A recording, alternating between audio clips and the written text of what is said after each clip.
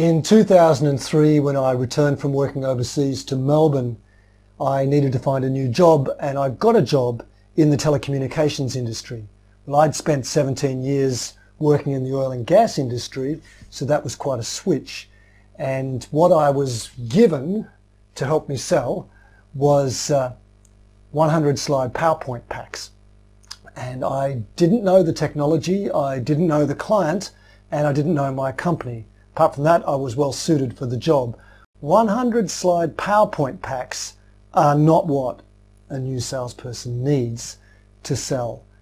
They need stories. Ideally, those stories would be in a story bank, but of course they weren't, and almost no company has a story bank, except hopefully your company is going to get one. I'd like to show you what a story bank is, so that you understand, and so you understand exactly what I would have loved to have had, but had to go and find for myself. So let's have a look at our story bank. So this is the Story Powered Sales Story Bank for Anecdote and Anecdote's partners. So all our Anecdote partners have access to this, and it contains the stories they need to sell Story Powered Sales to their customers. It's organized probably a little bit differently from how you would organize it for your company, but let me demonstrate. So scrolling down here along the side are the categories of story types from the Story Powered Sales course. And over here you see what those are. We have 9 story types. We go in deep on 4 of them during the course, and some of them you cover later in later parts of the course. So starting with stories to connect and build trust, personal stories. So here you see an example of a personal story from me and from one of our partners. Key staff stories. So here, for example, is the story of Sean Callahan, who is the founder of Anecdote. Anecdote was founded back in 2004. And here you see the structure of each story in the story bank. Turn that off. So we've got a video. The video doesn't have to be high quality like this one. It could be just a video off your smartphone. And then we have information about how to use the story, when to use this story. So for an Anecdote partner, use this key staff story if you need to introduce Sean Callahan to one of your clients. Maybe Sean's going to come and meet your client, maybe going to meet on a video call or something. You could tell this story. And then here are the resources, link to Sean's LinkedIn profile, a little bit about him, and a picture. Then we have company stories, which is the next type of connection story in the connecting and building trust. And here I've put in a couple of examples from some of our recent clients. So here, for example, is a very draft 1-minute company story from Generali, the Italian insurance giant. We worked with their Hong Kong sales and marketing team recently, and this is me helping them to create their company story.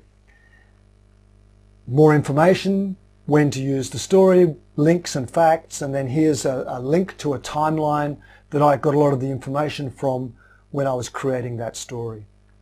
Then we have clarity stories, stories to sell change. So here's the Anecdote response story to COVID-19. Success stories. Now, success stories will be the major part of any sales team's story bank. You might end up with hundreds of them. Now, I put in just a few here from our Anecdote business. For example, this is a recent one that we did with an Australian environmental engineering company. The video, this one takes a bit over 2 minutes to tell. When to tell the story? Well, tell this story if you've got a prospective client that's in manufacturing or engineering or environmental engineering, professional services. Here I have the types of students that came along to the course: general managers, marketing managers, product managers, and then some links to the company. And then here I have a little screenshot, group shot of the course, which was done virtually, as you can see, of the team. The types of facts and resources that you might need in your story bank depend entirely on what the salesperson would need to feel comfortable telling that story. Imagine that you tell a story. What's the client likely to ask next? What facts do you need to go along with the story? And they need to be listed out. In general, stories are pretty easy to remember, but we forget things like the facts, like what date was that and where was that exactly. Those little facts are really important, and it's great if you can have them listed out as text information with the story. So that's success stories. Now we have insight stories.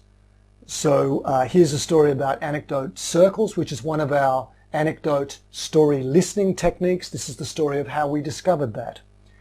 Influence stories. Likely to be another area where sales teams would like to have many stories to help them out, because these are the stories that you use to combat anti-stories, handle objections, if you like that terminology. These are the stories that are examples of when that objection, that wrong belief, that anti-story was not true. Here's a couple for our business. There's no ROI in storytelling. Well, Mark Schenk, our Managing Director, would have you know otherwise. Storytelling doesn't work for technical people. Here's a story to counter that. Two brilliant stories actually there. Value stories, the stories that show your leaders or people in your company demonstrating leadership by doing things that show the value of your company, by creating a story around your values. Very powerful stories. And finally, stories for negotiation, for closing the deal. So that's it. That's our story bank. Your story bank might have categories for your competitors. You might collect stories about your competitors. We don't really feel like we have that many competitors, but there you go.